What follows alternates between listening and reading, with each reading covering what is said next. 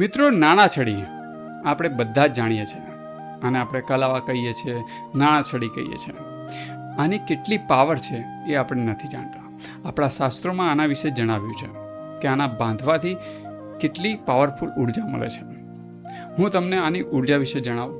જ્યારે નાણાછડીને ચાર્જ કરીને જો હાથે બાંધવામાં આવે છે તો સૌથી પહેલાં તો તમને નજર દોષ નથી લાગતો. બીજી વસ્તુ કે તમે બીજાની કોઈ એનર્જીથી તમે બીમાર નથી પડતા, એટલે કે કોઈની રીતે કોઈની એનર્જી તમારી પર હાવી નથી થતી. બીજું કે સડન તમારા ઘરમાં કોઈ એવી વસ્તુ નહીં બને નકારાત્મક.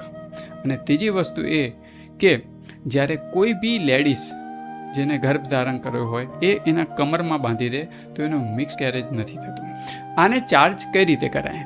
તમારે હનુમાન મંદિરે જવાનું છે, આવી રીતે હાથમાં મૂકીને અને એક હનુમાન ચાલીસા કરવાની છે. એ પછી હનુમાનજીના પગે આને અડાડવાની છે અને એ લઈને તમારે ત્યાંના મંદિરમાં પૂજારી હોય એનાથી બંધાવી લેવું અથવા તો ઘરે આવીને બાંધી લેવું અને પરિવારમાં દરેક સભ્યોને બાંધી દેવું.